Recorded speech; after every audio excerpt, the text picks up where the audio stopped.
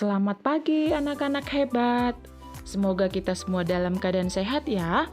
Hari ini kita akan kembali belajar dari tema 3, tokoh dan penemuan, subtema 1, penemu yang mengubah dunia, pembelajaran 3, muatan, bahasa Indonesia, dan IPA.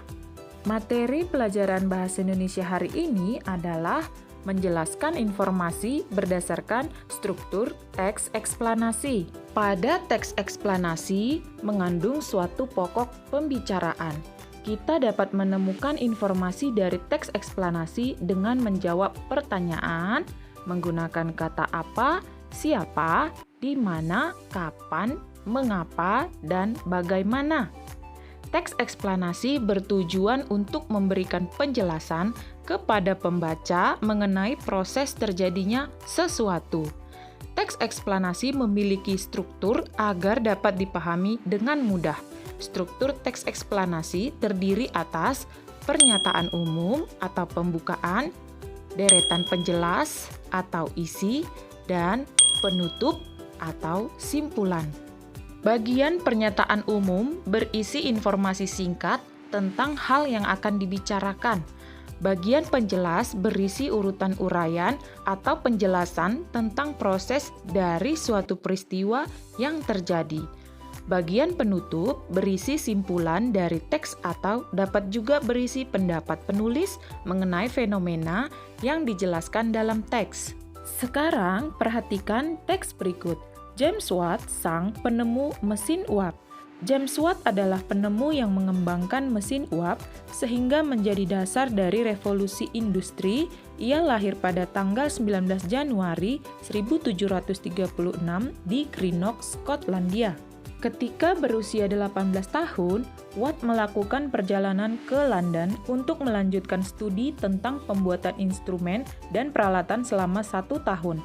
Setelah itu, ia kembali ke Skotlandia dengan tujuan membuat sendiri bisnis pembuatan instrumennya.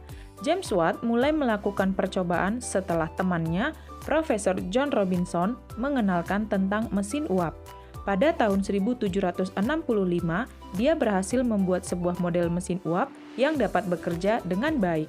Sebagai penghargaan atas jasa-jasanya dalam pengembangan mesin uap, nama Watt diabadikan dan dijadikan sebagai satuan energi dengan simbol W oleh International System of Units atau SI, seperti yang kita kenal sekarang. Ia dikenal sebagai penemu yang memberi dampak positif bagi manusia.